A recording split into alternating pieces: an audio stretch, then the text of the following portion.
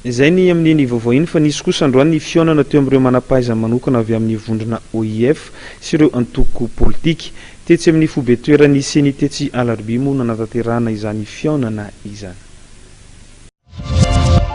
Niara-nivory tamin'ireo antoko politika tetsy amin'ny fobetoeran'ny seni androany ireo manampaizana manokana avy amin'ny vondrona OIF. Ireto manampaizana ireto dia tonga eto Madagasikara mba hanao fitsiriana ny lisam-pifidianana. Maro ireo ezaka efa natao ny avy ao amin'ny seni androany mikesika ny fanatsarana ny lisam-pifidianana eto Madagasikara. Fitsiriana iraisam-pirenena no ataondreo iraka manokany OIF ireo. Mba ho fampangarahana ny lisam-pifidianana satria raha antsika mahafantatra fa ny lisam-pifidianana no isan'ny fototra anankiray ny olana amin'ny fifidianana rehetrarehetra eto Madagasikara zany.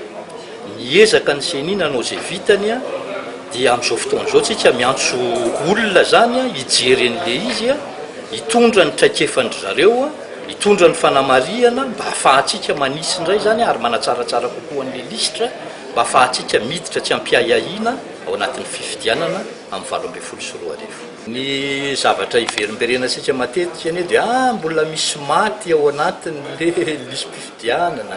Ny verimberenantsika matetika dia hoe misy fisoratana olona miverimberina ao anatin'ny lisam-pifidianana.